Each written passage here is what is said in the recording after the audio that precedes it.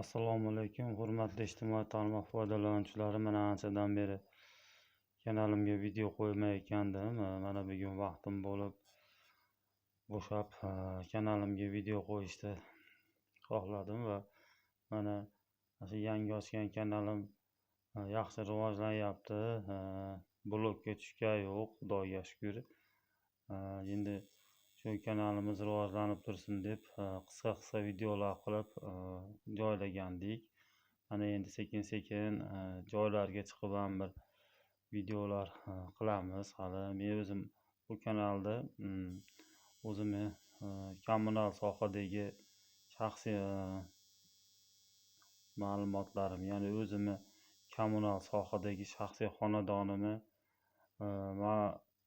ma'lumotlarini, qonun qoidalarini o'rganayotgandim. Bundan oldingi videolarda ham aytganman. Bu o'zimni kommunal sohadagi shaxsiy xonadonimni hujjatlari, ya'ni shu gaz, suv, elektr energiya, shu kommunal sohaga taalluqli barcha sohalarda shu xonadonimga tegishli bo'lgan ma'lumotlarni o'rganyapman. Bu o'zimniki shaxsiy. Shuning uchun yana mana yangi videomni qo'yishni boshladim. Bundan oldin ham qisqa videolar qilganman. Gaz, tabiiy gaz, ya'ni xonadonimga kirib kelgan tabiiy gaz to'g'risida unda shu shartnoma shartlari qabul qilish, ta'minotchi, iste'molchi degan shu shartnoma shartlarini orqasida barchasi yozilgan ekan. Shulardan mana yana Vazirlar Mahkamasini 22-sonli qarori ham bor ekan. Ko'zim tushib qoldi, o'qidim. Ya'ni shu hisoblagichlarni gaz ta'minotini shu bazasiga kiritish shu korxonani, ya'ni shu gaz tashkilotini zimmasida ekan. Bu Vazirlar Mahkamasining 22-sonli qarori bilan tartibga solingan ekan, belgilangan ekan, o'sha korxonaga yuklatilgan ekan. Buni ham mana yangi ma'lumot o'rnida buni ham o'rganib o'qib chiqdim.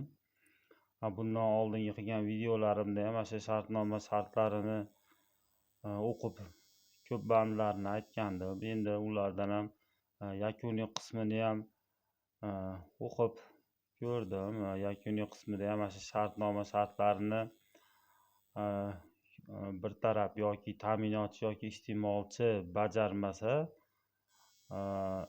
qaysi bir taraf bajarmaydigan bo'lsa, iste'molchimi yoki ta'minotchimi bajarmaydigan bo'lsa, masalan ta'minotchi bajarmasa, iste'molchi o'sha ta'minotchidan shartnomani bajarmagani sababli shartnomani bekor qilish huquqiga ega ekan. O'sha shartnomada shunaqa deb yozib qo'yibdi, men tushunishim bo'yicha. Masalan, qaysi bir taraf shartnomaga amal qilmasa, ikkinchi taraf o'sha shartnomani bekor qilish mumkin ekan. Ya'ni kim u